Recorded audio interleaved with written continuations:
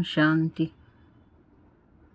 10 जुलाई 2026 के ईश्वरीय महावाक्य। आज की मुरली के मुख्य पॉइंट्स। बाबा ने कहा, बाप तुम्हें अभी गुप्त ज्ञान रत्नों का दान देते हैं, तुम्हें भी सबको गुप्त दान देते जाना है। बाबा ने कहा, तुम पढ़ते हो खुदाई स्कूल में, तुम जानते हो यह बेहद का ड्रामा है, इनसे कोई भी छूट नहीं सकता है। फिर बाबा ने कहा, सबकी तैयारी हो रही है, वह ड्रामा में पहले से ही नूंद है, विनाश जरूर होगा।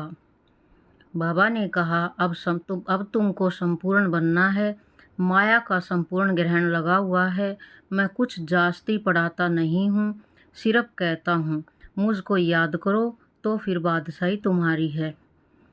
बाप दादा को याद किया और राजधानी तुम्हारी इसलिए गाया हुआ है, सेकंड में जीवन मुक्ति। बाप कहते हैं, जो भक्ति करने वाले हैं उनको समझाओ, सैपलिंग कैसे लगता है, ब्राह्मण कैसे बनते हैं।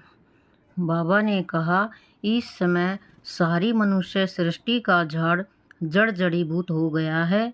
जिनका पार्ट है वह पुरुषार्थ करते हैं और वही मात पिता के दिल पर चढ़ते हैं, तख्त नशीन भी वही बनेंगे। लास्ट में बाबा ने कहा, इस कयामत के समय जबकि वापस जाना है तो अपना सब कुछ सफल करना है। बाबा कहते हैं, भाग्यशाली हो, शिव बाबा का हाथ तो मिला ना।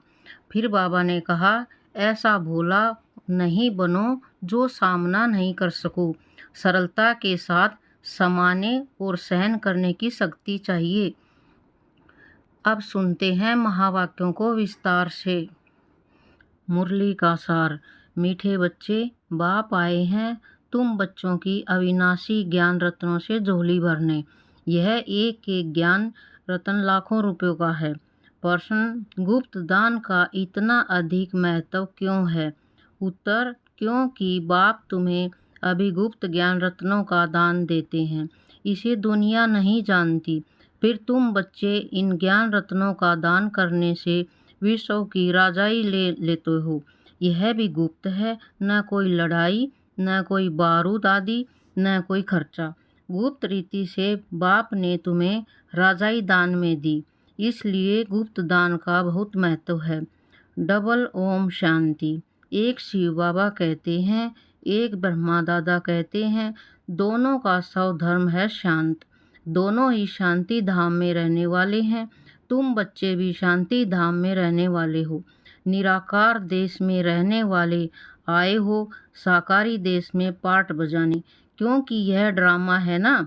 बच्चों को ड्रामा के आदि मध्य अंत का ज्ञान बुद्धि में भरा हुआ है, ऊपर से लेकर नीचे तक, ऊंच से ऊंच भगवान, उनके साथ बच्चे। इन बातों को अच्छी रीति समझो, तुम्हारे सिवाय यह ज्ञान कोई में है ही नहीं। तुम पढ़ते हो खुदाई स्कूल में। भगवान वाच, भगवान तो एक ही है, कोई 10-20 भगवान नहीं हैं। जो भी सब धर्म वाले हैं, उनकी जो भी आत्माएं हैं, सबका एक ही बाप है। फिर बाप सृष्टि रचते हैं तो कहा जाता है प्रजापिता ब्रह्मा।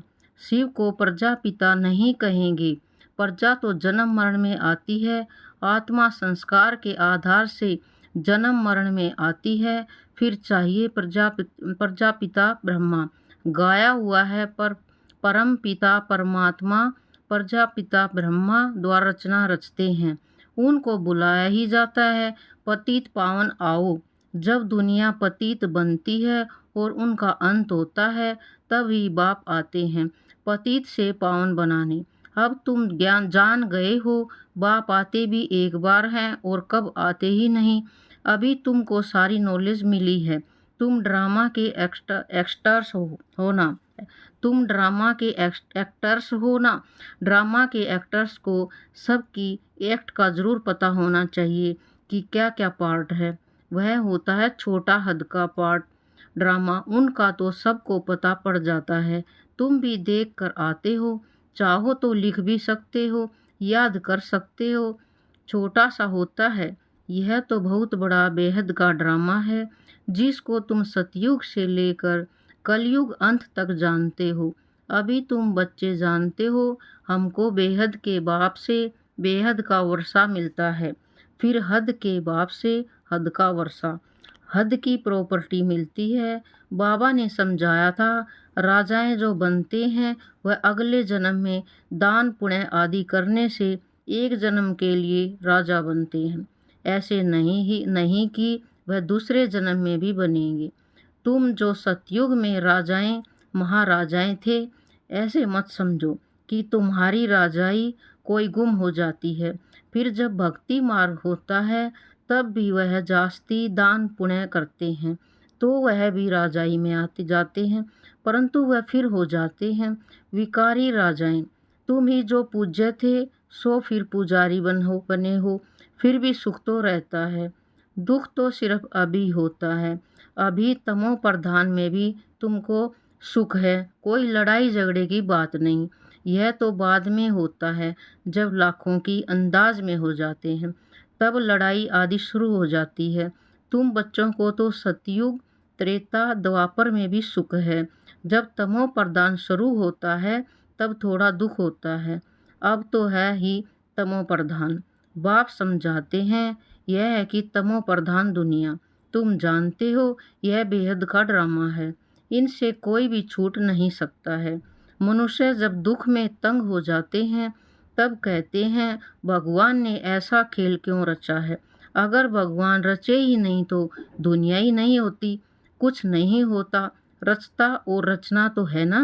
उनकी डिटेल भी है, सतयुग से कलयुग अंत तक बाकी थोड़े रोज हैं।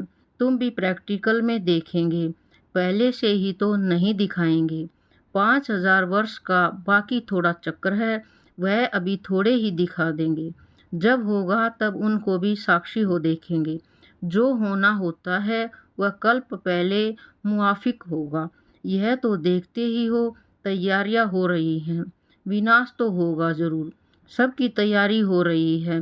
वह ड्रामा में पहले से ही नोंद है, विनाश जरूर होगा। अब तुम बच्चों को बाप समझाते हैं, तुम्हारी आत्मा जो तमो प्रधान बनी है उनको भी यहाँ स्तो प्रधान बनाना है, यह तुम अभी समझते हो। बाप गुप्त आते हैं, गुप्त ही तुमको ज्ञान दे रहे हैं, दुनिया में कोई नहीं जानते।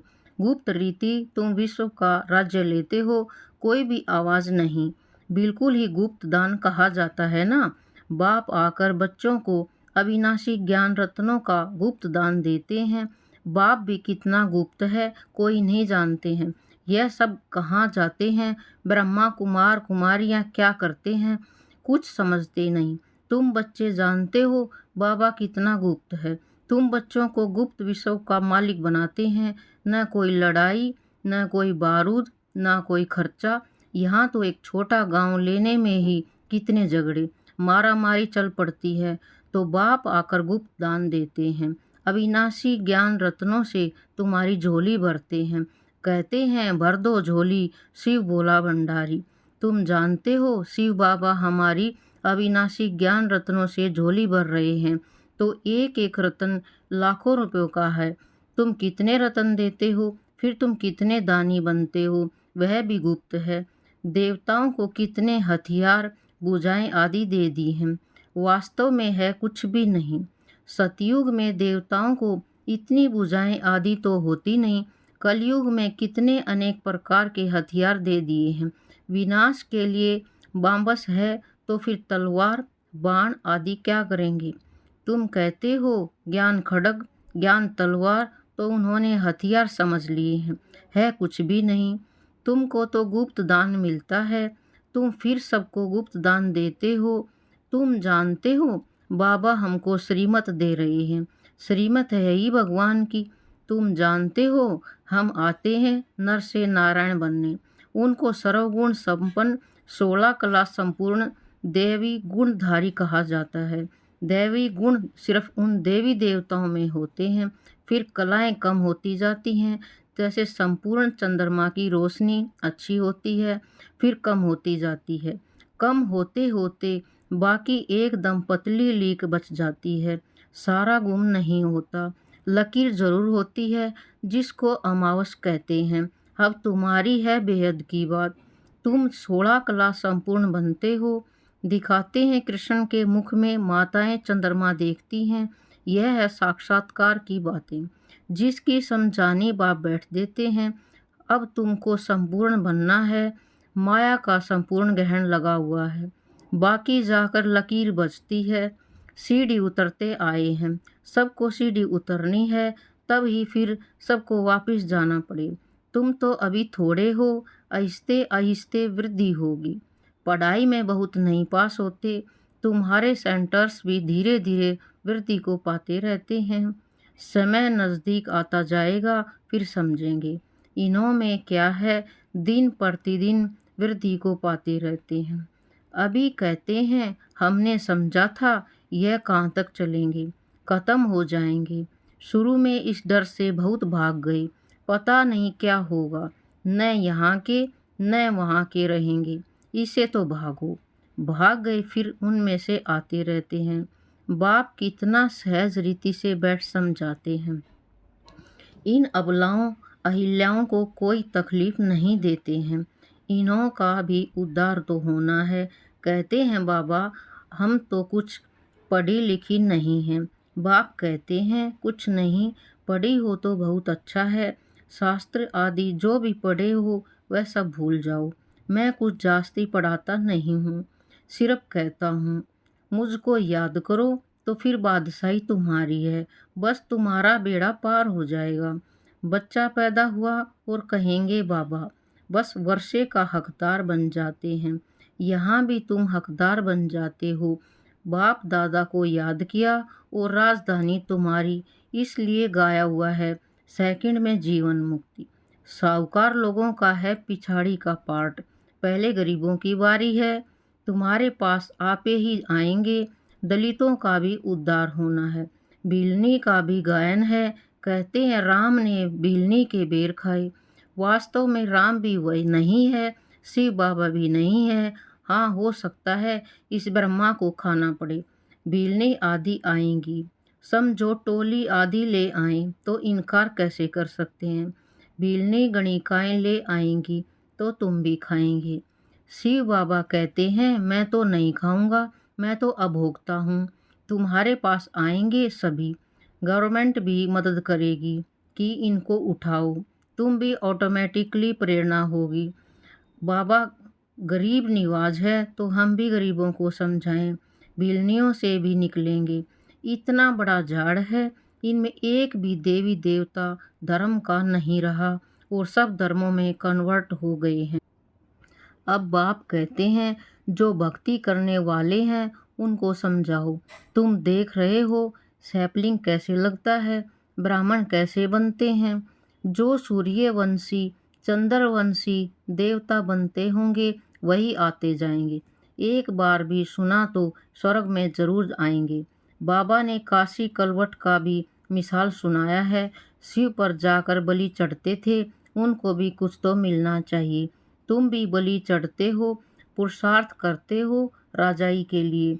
भक्ति मार्ग में राजाई तो होती नहीं, वापस कोई भी जा नहीं सकते। तो क्या होता है, उनको जो पाप किए हुए हैं उनकी सजा भोग चुकतू कर देते हैं। फिर नए सिरे जन्म होता है, नए सिर पाप शुरू होता है। बाकी रहना तो सबको यहाँ ही है। नंबर 1 में तुम ही हो। तुम ही 84 जन्म भोगते हो। सबको सतो रजो तमो में आना होता है। बाप कहते हैं इस समय सारी मनुष्य सृष्टि का झाड़ जड़ जड़ीभूत हो गया है।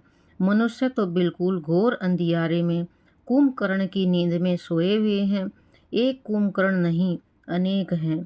तुम कितना भी समझाते हो सुनते ही नहीं हैं। जिनका पाठ है वह पुरुषार्थ करते हैं और वही माता पिता के दिल पर चढ़ते हैं। तख्तनशील नशीन भी वहीं बनेंगे। कितनी बच्चियां पूछती हैं बाबा, बच्चों को डांटना पड़ता है। बाप कहते हैं इसका इतना कुछ नहीं है। तुम पुकारती हो हम पतितों को पावन बनाओ। बाप भी कहते हैं काम महाशत्रु है, ऐसे नहीं कहा जाता, क्रोध शत्रु है। माताओं में इतना नहीं होता है, पुरुष बहुत लड़ाई करते हैं। अब बाप ने तुम माताओं को आगे किया है। वंदे मातरम। नहीं तो माताओं को कहते हैं तुम्हारा पति गुरु ईश्वर है, उनकी मत पर चलना है। हथियाला बांधा फिर फट से पतित बने, यह ईश्वर मिला उनको। अभी राम राज्य स्थापन होता है, बाकी सब मरते जाएंगे। बाबा ने समझाया है, विनाश काले विपरीत बुद्धि, विनाश काले प्रीत बुद्धि। तुम्हारी परम पिता परमात्मा से प्रीत बुद्धि है। तुम्हारी आत्मा जानती है शिव बाबा इनमें आते हैं, इन द्वारा हम सुन रहे हैं। इतनी छोटी बिंदु है, शिव बाबा का यह टैपरी रथ है। इनके द्वारा यह रुद्र ज्ञान यज्ञ रचा है, जो बढ़ता ही जाएगा। बच्चों की बूंद बूंद से तालाब भरता रहता है। बच्चे अपना सफल करते रहते हैं, क्योंकि जानते हैं यह तो सब कुछ मिट्टी में मिल जाना है, कुछ भी रहना नहीं है। इतना तो सफल हो जाए। सुदामा का भी मिसाल है ना। बच्चियां बाबा के पास चावल मुट्ठी व 6-8 रुपया भेज देती हैं। वाह बच्ची, बाप तो गरीब निवाज है ना। यह सब ड्रामा में नूंद है, फिर भी होगा, बांधे लिया है।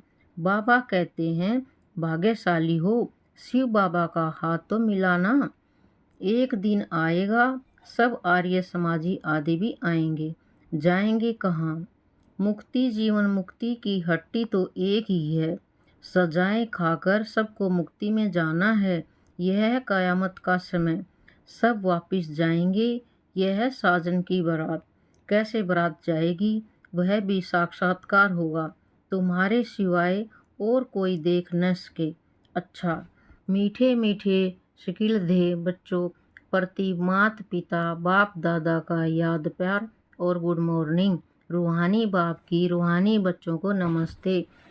हम रूहानी बच्चों की रूहानी बाप दादा को नमस्ते नमस्ते नमस्ते। शुक्रिया बाबा।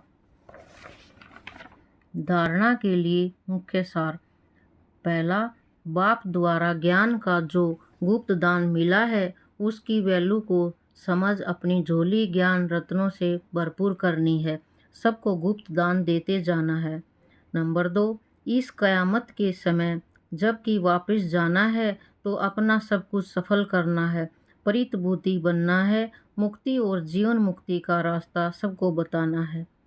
वरदान, भोलेपन के साथ ऑल माइटी अथॉरिटी बन माया का सामना करने वाले शक्ति स्वरूप भव। भोलेपन के साथ ऑल माइटी अथॉरिटी बन माया का सामना करने वाले शक्ति स्वरूप भव। कभी कभी भोलापन बहुत भारी नुकसान कर देता है, सरलता भोला रूप धारण कर लेती है। लेकिन ऐसा भोला नहीं बनो जो सामना नहीं कर सको। सरलता के साथ समाने और सहन करने की शक्ति चाहिए।